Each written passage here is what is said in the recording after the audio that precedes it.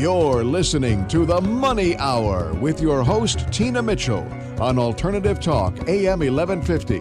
Now, back to the show with local mortgage and finance expert, Tina Mitchell.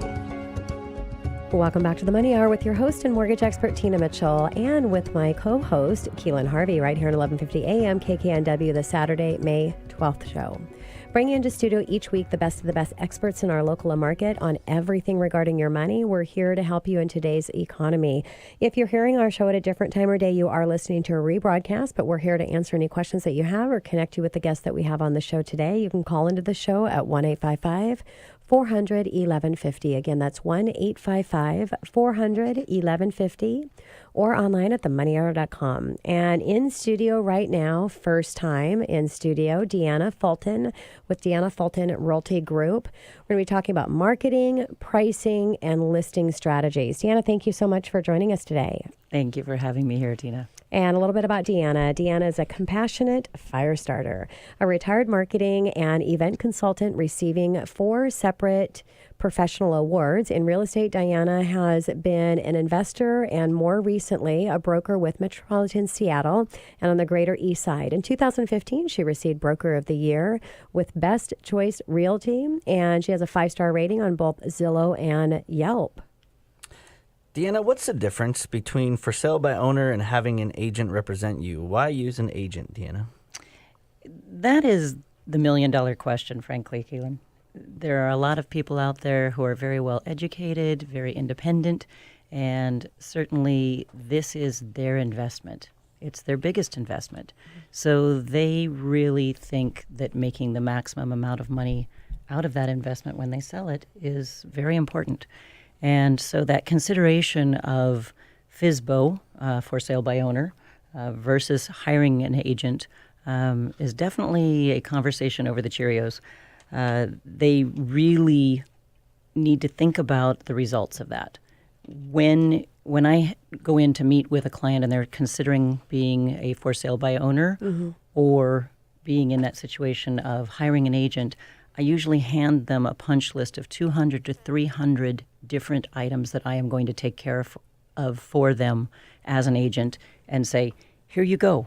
This is what, if you're going to go DIY, this is what you need. Yeah. And it's being transparent, you know. Well, and I always say, too, just we talk about this during the burn is, have a one sheet where you list one sheet not being necessarily one sheet, could be 5 sheets, but bullet point list of the 105, but you're saying over 300. I mean, there are so many steps in the process that have to be navigated through, and not knowing what in that space and an expert in that space. So choosing an agent and is critically important to have the best representation that you possibly can, especially in this environment. So how do you advise when consulting with your clients in choosing an agent? Mm-hmm. You know, Holly did a great job of having a single phrase answer. And I really feel the same way with this particular question. Mm-hmm. When you're picking an agent, you have to be intentional. Yeah. You have to know what your end goal is. Otherwise, you don't even know what success is. Yeah, definitely. And knowing that end goal and knowing that agent understands how to navigate through that end goal. Mm-hmm. Yeah. And with something so important as your largest asset, how do you know if an agent can add value to the decision-making and selling strategies? Right. Well, first of all, it's the rapport. There absolutely is a piece of speed dating almost when you meet an agent for the first time, and you feel very pressured to make a decision quickly. You know, will we have a second date? Will they represent us well? And so you go online to see what their reputation is socially. You talk to friends, and that's why you see a predominance of agents and brokers being hired by referral. And it really is a social endorsement. So, Deanna, let's talk about custom strategy. What would a custom strategy look like? I love custom strategy. I really do. It sounds beautiful, custom strategy. It really does, but it's actually a lot of work. Uh-huh. And when you walk into a home or you meet someone for the first time, if you look at that person and say, you're not unique, you're starting the conversation at the wrong spot. Yes, yeah. Each home is unique, each person is unique, each goal is unique, and you want to customize it from that. And a lot of real estate brokers are trained, here's the punch list. Here's what you need to do.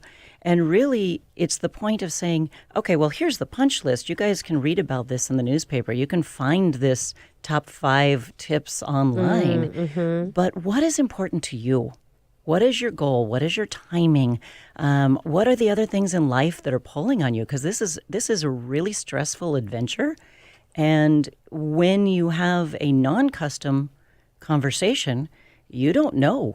You just don't know what they really need. If they have a wedding going on simultaneously, or a health issue, or a life transition of some sort, that is absolutely 200% pulling on their time. Yeah, so having that, showcasing that home's very uniqueness. Absolutely. Yeah, I could understand. There's a lot of different angles when it comes to such an important decision. So you're smart to really think about the bigger picture. And speaking of custom strategy, why don't you tell us a little bit more about Deanna Fulton Realty Group? Well, I pushed back hard on that. Really, I mean, when I meet with a client, I absolutely feel like it's about them. And so having my name out in front never really felt like the way to go. But I do have, with the referrals that are coming in, people are saying, will you work with that person directly? And will you be the one that treats them with compassion or care? This is someone that's important to me.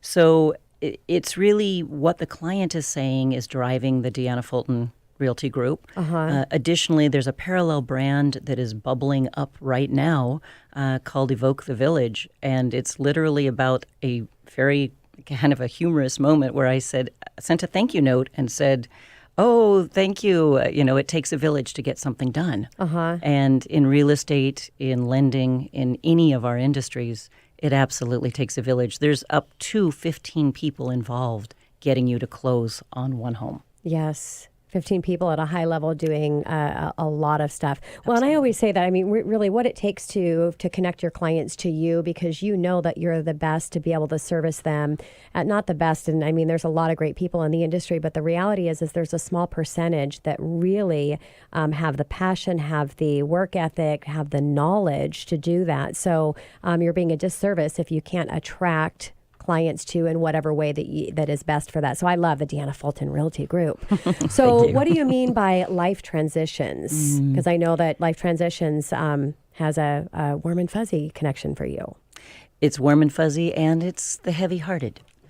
Basically, it feels like life transitions are happening for all of us. Yes. And they can be, they can be the beautiful nuances of a new baby, of a wedding, really positive things. But turning all 50, that's turning positive. 50, a decader right I just there. got 50, Hey, April congratulations, 26th. Thank you did it. and that's it. It's like a lot of 50-year-olds have aging parents.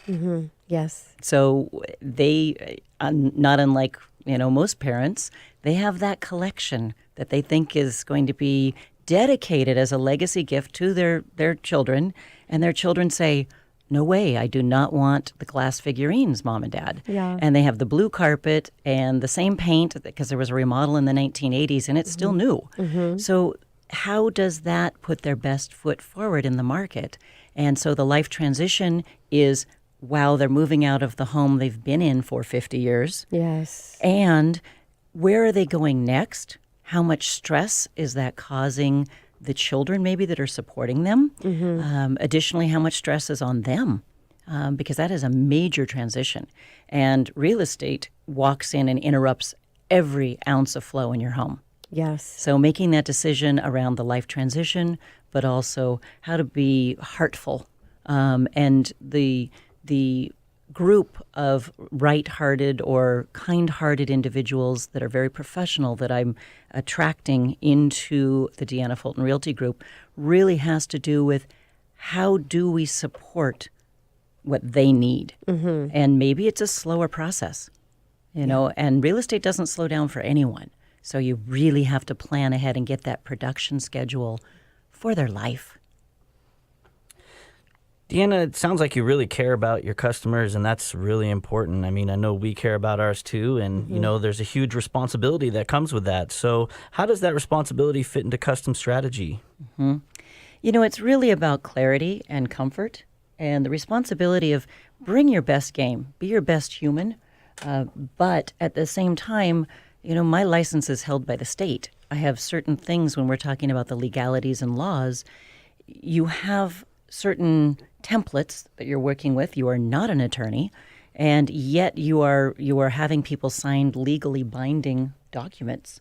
And so making sure that you're doing it with the right timing, the custom strategy, I need to close on this other home at the same time, or gosh, I'm financially right next to the edge. Those are things that no one wants to share. There's a lot of pride around those.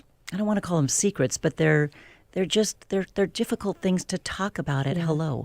Well, and that's why you have the best mortgage consultants right here, because we have that conversation, and then we obviously share it with them. What I always tell clients when we're doing financing is I'm going to go ahead and include Deanna on the communication so she knows exactly what's going on. And they're like, oh yeah, include Deanna. So we can smooth that process for you, Deanna. See, it takes a village. It takes a village, exactly. So our listeners love stories. And so can you share with our listeners just a success story that you've had recently? Certainly. With success stories, it's never as much fun for me to share a success story as having the client do it. Of course. So, it's amazing when they take the time to tell the story or write the story.